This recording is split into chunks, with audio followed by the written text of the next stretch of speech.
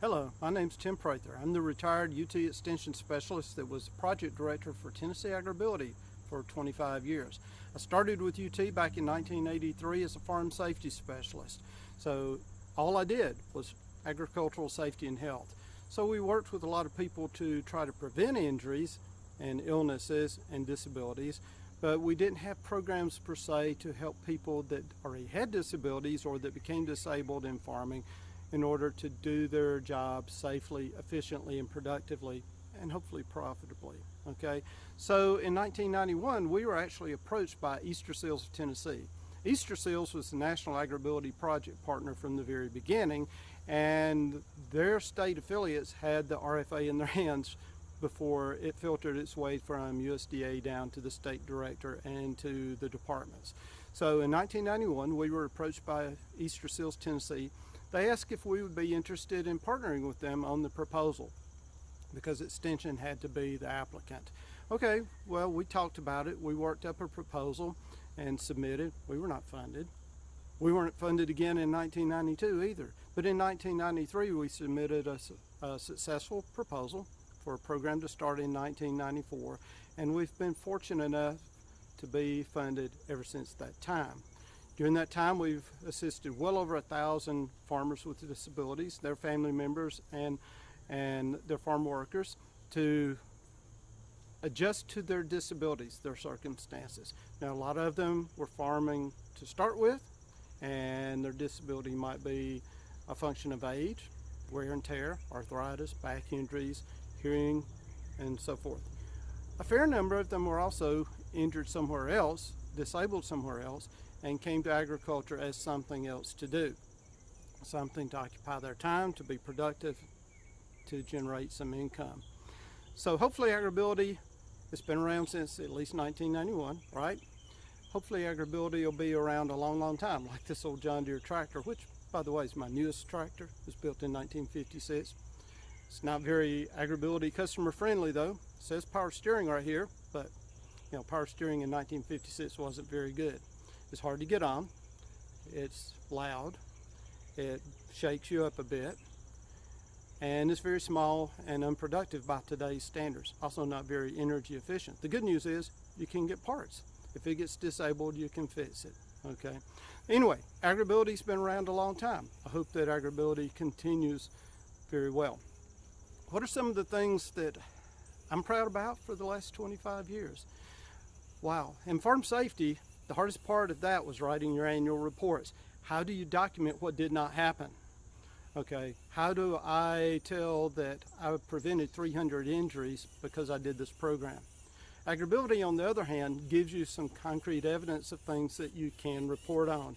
You have your contacts, you have the number of people you worked with, but if you look at some of the other videos that they've posted on our state fair for this conference, if you look at some of those, you'll see some videos of some of the people we work with, such as Michael Norrod getting his lift to help him get on and off the tractor, and that power chair that lets him get out into the field to check on his beef operation. And Damian Berry is another good example. We've worked with a lot of people like that over the years. So you actually get to see things that you have accomplished. So over the past 25 years, we started with Easter Seals Tennessee. That was a good relationship for as long as it lasted. There came a time when it became necessary for us to make some changes, and we brought those rural rehab specialist positions from our nonprofit partner, created them anew in Extension. And so Eileen and Joetta happened to be the people continuing that tradition. Actually, they were both Easter Seals employees at one time. And Eileen was our first AgrAbility specialist when we started the project in East Tennessee in 1994 to get our feet wet, to learn what we were doing and start building the contacts and building the referral network and building the program. And then Joetta came to us in West Tennessee, and she used to be an extension agent before that. So she already knew the network, she was one of us, and it was easy for her to make that transition in. So Easter Seals was our first partner. Our current partners are Tech Access Projects. We also work with our other land-grant institution in Tennessee, Tennessee State University, the historically black college. And then we also work with a number of other people, throughout the state networks. So we've been around a long time. I hope we're around a long time to come. But let me give you some advice. Some of you are probably working on new proposals right now.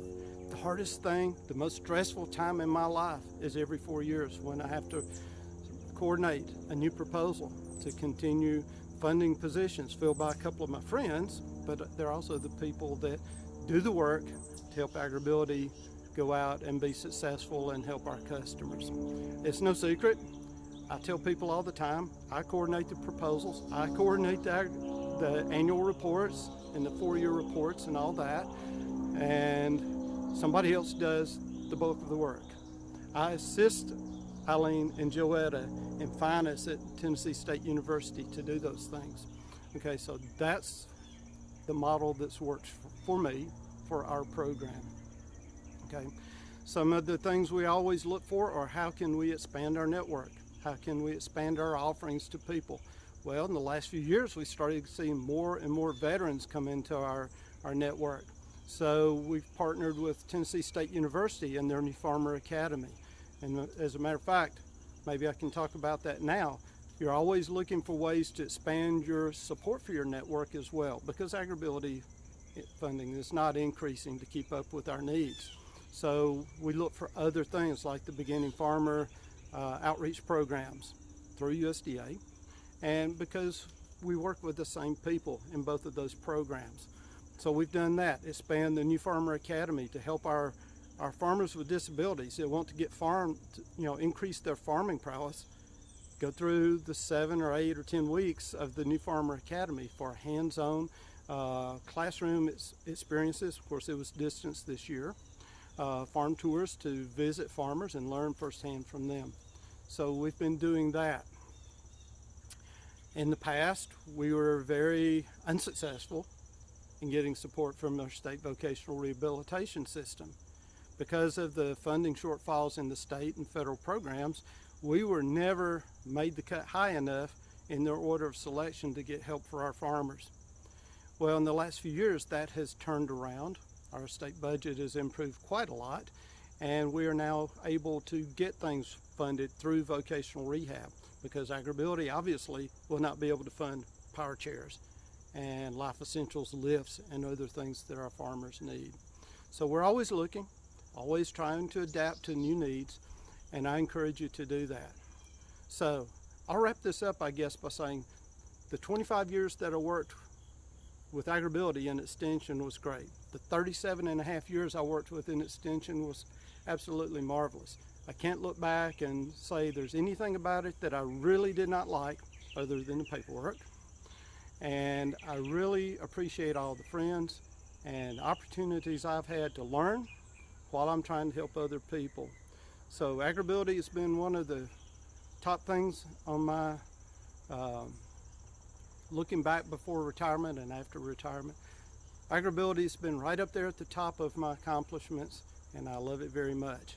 And I really hope that it serves you and the people of your state and the people of our country very well. Thank you. Have a great day.